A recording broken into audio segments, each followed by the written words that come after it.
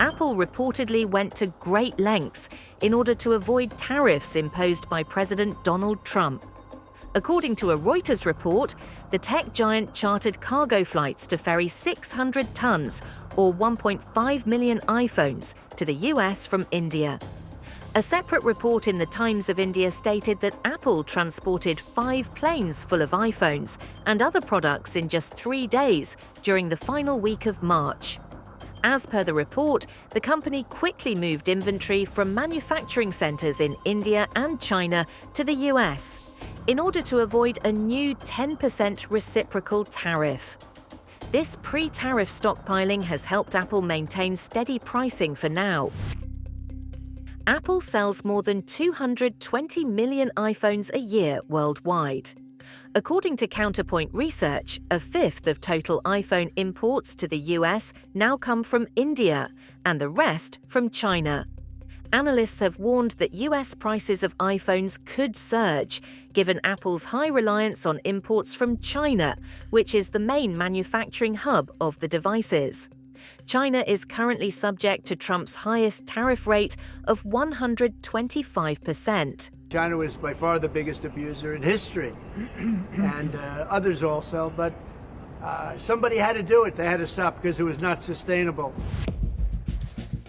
That figure is far in excess of the tariff of 26% on imports from India, which is now on hold after Trump called a 90-day pause on reciprocal tariffs for all countries, barring China.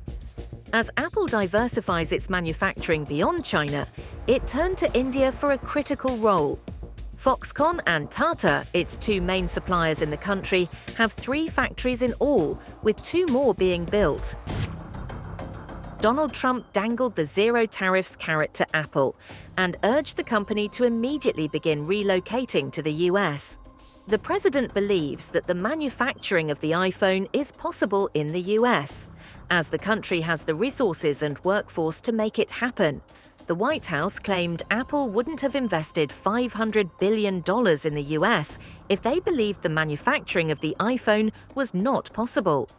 iPhones specifically, is that something that he thinks is the kind of technology that can move to the U.S.? Absolutely. He believes we have the labor, we have the workforce, we have the resources to do it. And as you know, Apple has invested $500 billion here in the United States. So if Apple didn't think the United States could do it, they probably wouldn't have put up that big chunk of change. But if Apple was forced to manufacture in the US, an iPhone could cost as much as $3,500.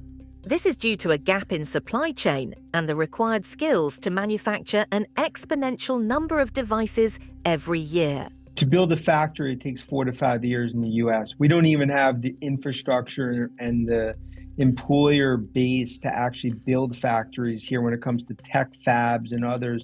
If you like $3,500 iPhones, we should build them in the US. If you like $1,000 iPhones, you build them in China. If you like $400 sneakers, we should build them here. If you like $100 sneakers, you build them in Vietnam. That's the reality, and that's why this continues to be the most absurd thing probably ever seen on Wall Street in many, many, many decades.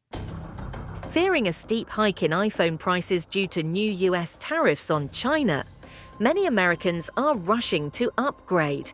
My iPhone's about 3 years old, so it's good for another 2 years. But no, I would not pay $2,300 for an iPhone.